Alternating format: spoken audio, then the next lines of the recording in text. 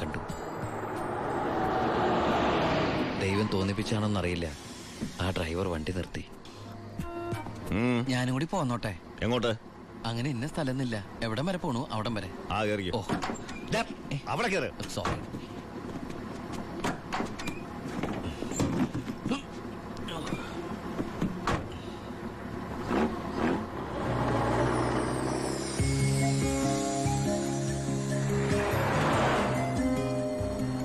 എങ്ങോട്ടാ? പോലീസ് പിടിച്ചില്ലെങ്കിൽ എത്തേണ്ടടുത്തെത്തും. പോലീസോ? അതെന്താ എന്റെ വണ്ടിയില്? സ്പിരിറ്റ്. സ്പിരിറ്റോ?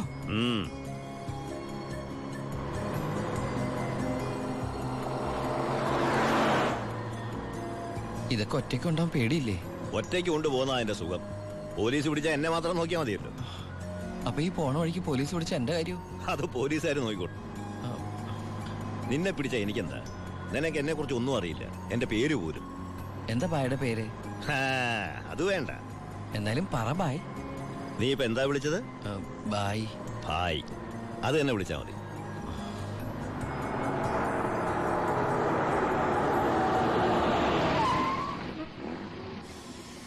എന്താ നിർത്തിയത്?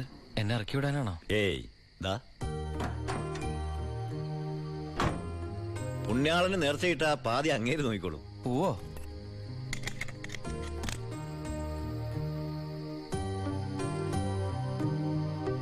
എന്റെ പുണ്യാള, നേർച്ചയിടാനായിട്ട് എന്റെ കയ്യിലൊന്നുമില്ല. എന്നെ മുഴുവനായിട്ട് കാത്തോളണേ.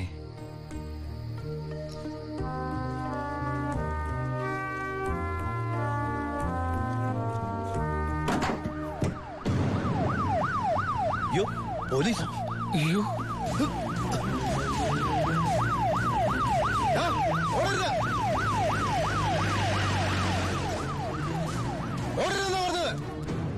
നീ എന്നതാണായി പറയുന്നത്? Load police പിടിച്ചെന്ന്?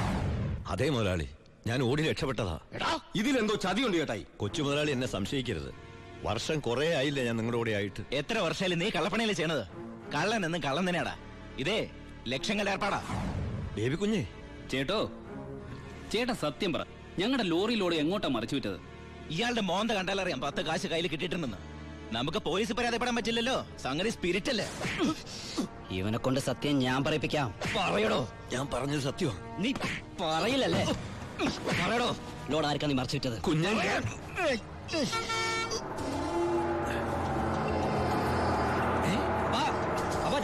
ലോറി.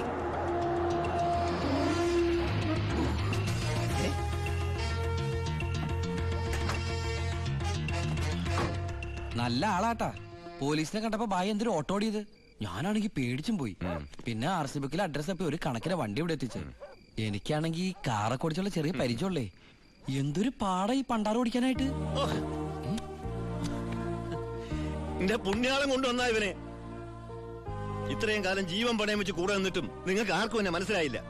ചെയ്യുന്നത് കള്ളപ്പണിയാണെങ്കിലും അതൊരു സത്യമുണ്ടെന്ന് വിശ്വസിക്കുന്നവനാ ഞാൻ. ഇനി ഞാൻ നിങ്ങളോട് വന്നാൽ ശരിയാവില്ല. ഞാൻ പറഞ്ഞോട്ടെ, എന്നെ കൊണ്ട് കുറെ ഉണ്ടാക്കിയില്ലേ, ഇനി ഒറ്റയ്ക്ക് കൊണ്ട് ഉണ്ടാക്കിയാ മതി. ചാണ്ടിച്ച. അപ്പാ, ഇയാള് പോണേ പോട്ടപ്പാ. ഇയാളെ ചത്ത നമ്മള് ബിസിനസ് ഇല്ലേ?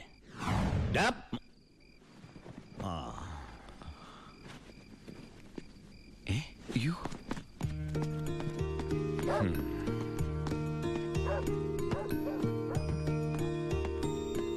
നീ എങ്ങോട്ടാ? ബായ് എങ്ങോട്ടാ? എങ്ങോട്ടെങ്കിലും. എന്നാ ഞാനും എങ്ങോട്ടെങ്കിലും. വാ.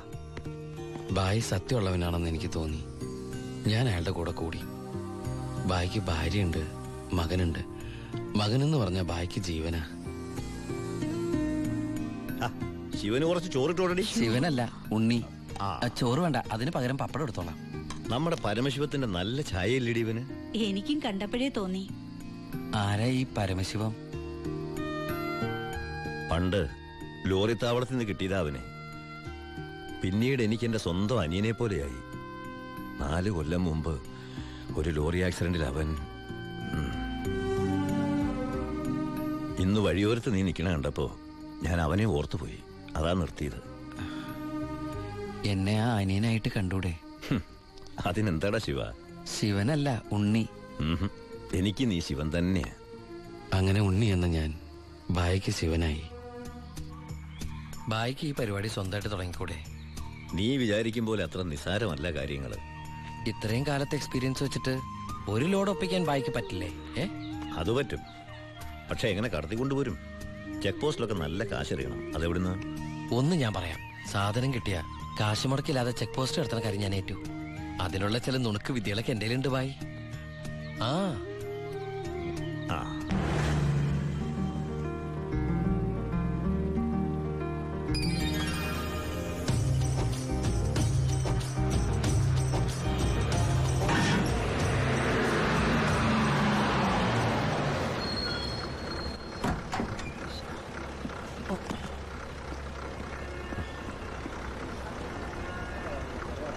സാറേ, വണ്ടി എന്താണ് വണ്ടിയില്? ഐസാണ് സാറേ. കുറുപ്പേ കയറി പരിശോധിക്ക്. സാർ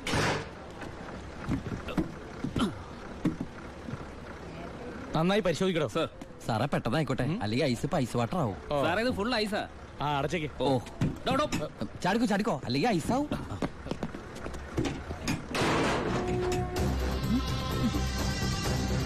വിട്ടോ വിട്ടോ.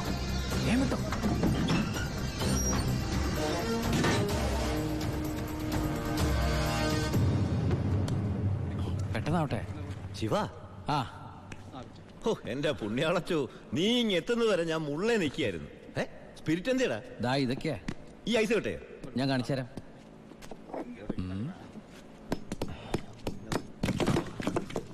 ദാ ഒറിജിനൽ സ്പിരിറ്റ്. ആ ഓ എന്റെ അമ്മച്ചി, ഒടുക്കത്തെ ബുദ്ധി തന്നെ. അല്ലടാ, ഐസിന്റെ ഉള്ളി വെച്ചിട്ട് സ്പിരിറ്റ് എന്താ ഐസ് ആവാത്തേ? എന്റെ ബായ്, വെള്ളം 0 ഡിഗ്രി സെന്റിഗ്രേഡിൽ ഐസ് ആവും. പക്ഷെ സ്പിരിറ്റ് ഐസ് ആവണമെങ്കിൽ -112 ഡിഗ്രിയെങ്കിലും വേണം. കെമിസ്ട്രി പഠിച്ചതിന്റെ ഗുണ. എന്തായാലും കെമിക്കലി കണ്ടുപിടിച്ചു. കെമിസ്ട്രി അല്ല, കെമിസ്ട്രി. ആ അവൻ ഭയങ്കര തന്നെ. ഇത് എത്ര രൂപയുടെ മുതലാന്ന് അറിയാമോ നിനക്ക്? നിനക്ക് ഞാൻ എന്താടാ തരേണ്ടത്? ഈ ലാഭത്തിന്റെ പകുതി നീ എടു. അല്ലേ വേണ്ട, ഇത് മുഴുവൻ നീ എടുത്തു. വേണ്ട ബായ്. ബായ് ആ ചിന്നാടന്മാരുടെ അവിടെ ജോലി ചെയ്തിരുന്നപ്പോ ഒരു ലോഡിന് എത്ര രൂപ കിട്ടിയിരുന്നത്? 5000 ഉരുവ. ആ 5000 രൂപ മതി എനിക്ക്. അല്ല പിന്നെ ഞാനും ബായ് തമ്മിൽ എന്താ വ്യത്യാസം? അങ്ങനെ നീ പല അടവുകൾ ഉപയോഗിച്ച് വാളയാർ ചെക്ക് പോസ്റ്റ് വഴി പലതവണ ഞാൻ സ്പിരിറ്റ് കടത്തി ഒരു നാൾ പിടിക്കപ്പെട്ടു. ചെക്ക് പോസ്റ്റുകളിൽ ഞാൻ പണം വാരിയെറിഞ്ഞു. ഉദ്യോഗസ്ഥന്മാരിൽ ഭൂരിഭാഗവും എന്റെ സ്വാധീന വലയത്തിലായി. പിന്നെല്ലാം അവരുടെ അനുഭവത്തോടെയായി. ബായിക്ക് വീടായി, കാറായി, ലോറികളായി. ബായിയുടെ വലങ്കയായി ഞാൻ അവിടെ പരമശിവം എന്ന പേരിൽ അറിയപ്പെട്ടു. വാളയാർ പരമശിവം.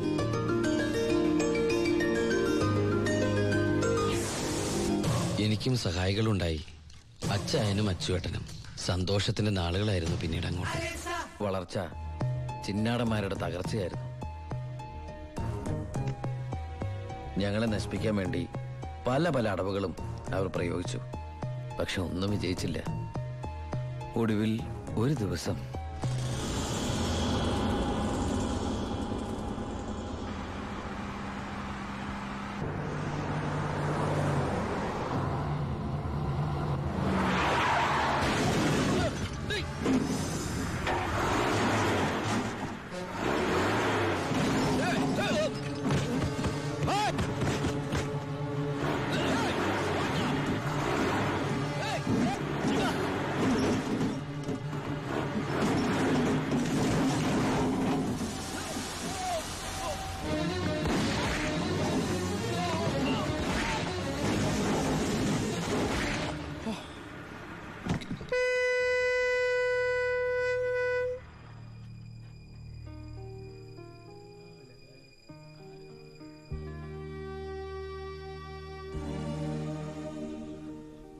പോലീസ് കേസെടുത്തു.